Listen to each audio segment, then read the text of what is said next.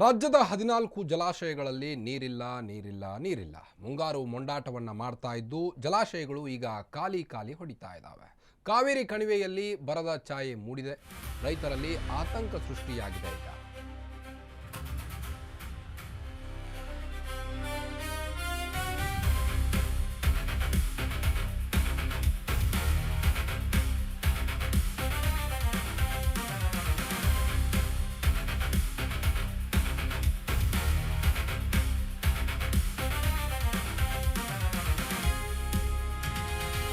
ಕೆಲವೊಂದು ಕಡೆ ನಿರೀಕ್ಷೆಗೂ ಮೀರಿ ಮಳೆ ಆಗ್ತಾ ಇದ್ರೆ ಮತ್ತೊಂದು ಕಡೆ ಮಳೆನೇ ಆಗ್ತಾ ಇಲ್ಲ. ರಾಜ್ಯದ 14 ಜಲಾಶಯಗಳಲ್ಲಿ ನೀರೇ ಇಲ್ಲ. ಮುಂಗಾರು ಮಳೆ ಮೊಂಡಾಟವನ್ನ ತೋರ್ತಾ ಇದ್ದು ರೈತರು ಸಂಕಷ್ಟಕ್ಕೊಳಗಾಗಿದ್ದಾರೆ. ಈಗ ಜಲಾಶಯಗಳು ಖಾಲಿಯಾಗಿವೆ. ಕಾವೇರಿ ಕಣಿವೆಯಲ್ಲಿ ಅಂತೂ ಬರದ ಛಾಯೆ ಮೂಡಿದೆ. ರೈತರಲ್ಲಿ ಆತಂಕ ಮನೆ ಮಾಡಿದೆ.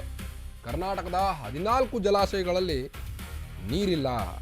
ಕೇವಲ 419.35 TMC ನೀರು ಮಾತ್ರ ಸಂಗ್ರಹವಾಗಿದೆ ಇವರೆಗೂ ಕಾವೇರಿ ಕಣಿವೆಯಲ್ಲಿ. ಹೀಗಾಗಿ ರೈತರಲ್ಲಿ ಆತಂಕದ ಛಾಯೆ ಮೂಡಿದೆ. ಆಲ್ಮಟ್ಟಿ ಹೊರತುಪಡಿಸಿ ಬಹುತೇಕ ಡ್ಯಾಂಗಳಲ್ಲಿ ನೀರಿಲ್ಲ.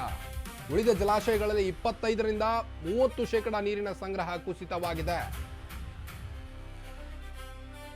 ರಾಜ್ಯದ 14 ಜಲಾಶಯಗಳಲ್ಲಿ ನೀರೇ ಇಲ್ಲ. ಈಗ ಮುಂಗಾರು ಮಳೆಯ ಮೊಂಡಾಟದಿಂದಾಗಿ ಜಲಾಶಯಗಳು ಖಾಲಿ ಬೀಳ್ತಾ ಇವೆ. ರೈತರು ಸಂಕಷ್ಟಕ್ಕೊಳಗಾಗಿದ್ದಾರೆ. ಈಗ ಏನಪ್ಪ ಮುಂದೆ ಹೀಗಾದ್ರೆ ಅಂತ ಕಾವೇರಿ ಕಣಿವೆಯಲ್ಲಿ ಬರದ ಛಾಯೆ ಮೂಡಿರುವಂಥದ್ದು. ಕರ್ನಾಟಕದ 14 ಜಲಾಶಯಗಳಲ್ಲಿ ಆತಂಕಕಾರಿ ಪರಿಸ್ಥಿತಿ ನಿರ್ಮಾಣವಾಗಿದೆ.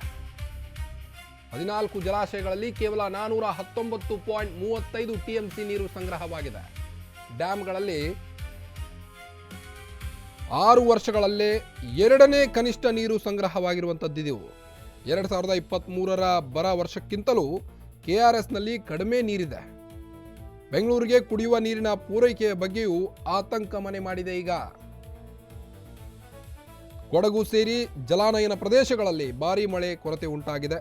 ಆತಂಕಕಾರಿ ಮಟ್ಟಕ್ಕೆ ಕುಸಿದ ಜಲಾಶಯಗಳ ನೀರಿನ ಸಂಗ್ರಹ. ಆಲ್ಮಟ್ಟಿ ಹೊರತುಪಡಿಸಿ ಬಹುತೇಕ ಡ್ಯಾಂಗಳಲ್ಲಿ ನೀರೇ ಇಲ್ಲ. ಉಳಿದ ಜಲಾಶಯಗಳಲ್ಲಿ 25ರಿಂದ 30% ನೀರಿನ ಸಂಗ್ರಹದ ಕುಸಿತವಾಗಿದೆ. ಮುಂಗಾರಿನ ಮೊಂಡಾಟ ಇದು. ಉಳಿದ ಜಲಾಶಯಗಳಲ್ಲಿ 25ರಿಂದ 30% ನೀರು ಸಂಗ್ರಹವಾಗಿದೆ. ಅತಿ ಕಡಿಮೆ ಇದು. 2023ರ ಬರ ಬಿದ್ದಾಗ ಈ ರೀತಿಯಾಗಿತ್ತು. KRSನಲ್ಲಿ ಕಡಿಮೆ ನೀರು ಸಂಗ್ರಹವಾಗಿತ್ತು. ಇನ್ನು ಬೆಂಗಳೂರಿಗೀಗ ಕುಡಿಯುವ ನೀರಿನ ಚಿಂತೆ ಎದ್ದಿದೆ ಎಲ್ಲ ಜನರಲ್ಲೂ ಕೂಡ. ಕೊಡಗು ಸೇರಿ ಜಲಾನಯನ ಪ್ರದೇಶಗಳಲ್ಲಿ ಭಾರೀ ಮಳೆಯ ಕುಸಿತವಾಗಿದೆ. ಆತಂಕಕಾರಿ ಮಟ್ಟಕ್ಕೆ ಜಲಾಶಯಗಳ ನೀರಿನ ಸಂಗ್ರಹ ಈಗ ಕುಸಿತವಾಗಿದೆ. ಹೇಗಾದ್ರೆ ವಿದ್ಯುತ್ ಉತ್ಪಾದನೆ ಮಾಡೋದು ಹೇಗೆ?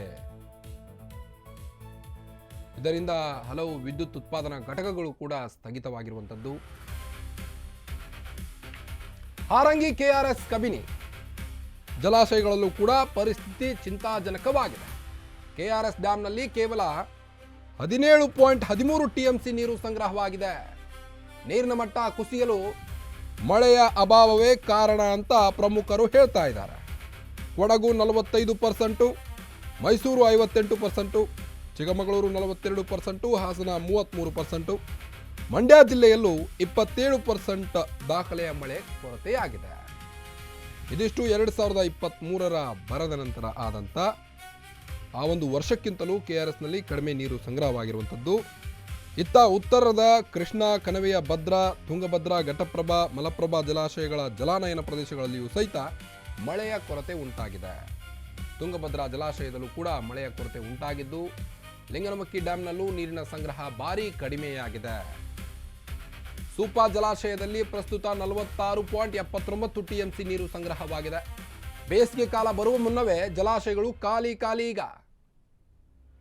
ಹಾಗಾದ್ರೆ ಮುಂದೆ ಕುಡಿಯೋಕ್ಕೂ ನೀರಿಲ್ಲದೆ ಜನರು ಒದ್ದಾಡುವಂಥ ಪರಿಸ್ಥಿತಿ ನಿರ್ಮಾಣವಾಗುತ್ತಾ? ಎಲ್ಲರಲ್ಲೂ ಕೂಡ ಆತಂಕ ಮೂಡಿದೆ. ಈಗ ಹಾರಂಗಿ KRS ಕಬಿನಿ ಜಲಾಶಯಗಳಲ್ಲಿ ಪರಿಸ್ಥಿತಿ ಚಿಂತಾಜನಕವಾಗಿದೆ. ಈ ಬಾರಿ ಬೇಸಿಗೆ ಕಾಲ ಕೂಡ ಅಷ್ಟೇ ದಟ್ಟವಾಗಿತ್ತು. ನೀರಿನ ಮಟ್ಟ ಈಗ ಇಳಿಕೆಯಾಗಿರುವಂಥದ್ದು. ಜಲಾಶಯಗಳಲ್ಲಿ ನೀರಿನ ಮಟ್ಟ ಎಷ್ಟಿದೆ ಅನ್ನೋದನ್ನ ನೋಡ್ತಾ ಹೋಗೋದಾದ್ರೆ KRSನಲ್ಲಿ 17.13 TMC ನೀರು ಸಂಗ್ರಹವಾಗಿದೆ. ಹಾರಂಗಿಯಲ್ಲಿ 7.58 TMC ನೀರು ಸಂಗ್ರಹವಾಗಿದೆ. ತುಂಗಭದ್ರಾ 78.24 TMC ನೀರು ಸಂಗ್ರಹವಾಗಿದ್ದು, ಲಿಂಗನಮಕ್ಕಿ 38.76 TMC ನೀರು ಸಂಗ್ರಹವಾಗಿದೆ. 14 ಜಲಾಶಯಗಳಲ್ಲಿ ನೀರೇ ಇಲ್ಲ. 419.35 TMC ಮಾತ್ರ ನೀರಿರುವುದು. ಜಲಾಶಯಗಳಲ್ಲಿ ನೀರಿನ ಮಟ್ಟ ಎಷ್ಟಿದೆ ಅನ್ನೋದನ್ನ ನಾನೀಗ ತಿಳಿಸ್ತಾ ಇದ್ದೇನೆ. ಘಟಪ್ರಭಾದಲ್ಲಿ 27.24 TMC ನೀರು ಸಂಗ್ರಹವಾಗಿದ್ದು, ಆಲ್ಮಟ್ಟಿಯಲ್ಲಿ 106.33 TMC ನೀರು ನೋಡಬಹುದು. ನೀವು ಆಲ್ಮಟ್ಟಿಯಲ್ಲೇ ಈಗ ಸ್ವಲ್ಪ ನೀರು ಜಾಸ್ತಿ ಇರುವುದು. ಕಾವೇರಿ ಕಣಿವೆಯಲ್ಲಂತೂ ಕೂಡ ಬರದ ಛಾಯೆ ಮೂಡಿದೆ. ಹೀಗಾಗಿ ಹಳೆ ಮೈಸೂರು ಭಾಗದ ರೈತರು ಆತಂಕದಲ್ಲಿದ್ದಾರೀಗ. 14 ಜಲಾಶಯಗಳಲ್ಲಿ ನೀರೇ ಇಲ್ಲ.